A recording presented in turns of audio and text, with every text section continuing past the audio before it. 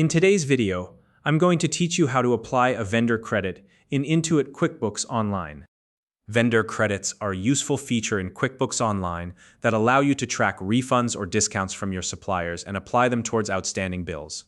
Whether you're new to QuickBooks or just need a refresher, this step-by-step guide will walk you through everything you need to know to ensure your vendor credits are properly recorded and applied.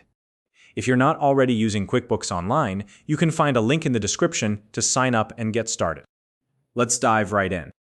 First, start by logging into your QuickBooks Online account. Once you're on the dashboard, locate the New button in the top left corner of your screen. Click on it to reveal a drop-down menu. From this menu, select Vendor Credit.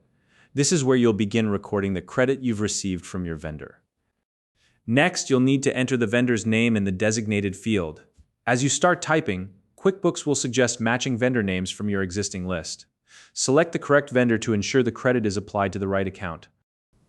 After that, input the credit amount in the appropriate field.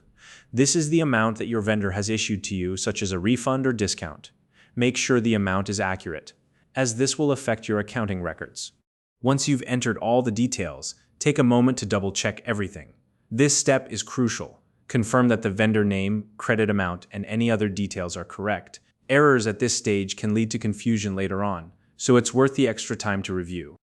When you're confident that everything looks good, click Save to record the vendor credit. QuickBooks will now store this credit in your account, ready to be applied to a bill. Now, navigate to the Expenses section on the left-hand panel of your dashboard. This is where you can manage your bills and expenses.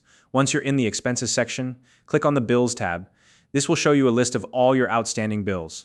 Look through the list to locate the bill that corresponds to the vendor credit you just recorded. Once you've found it, click on Mark as Paid next to the bill. In the payment options that appear, select Vendor Credit.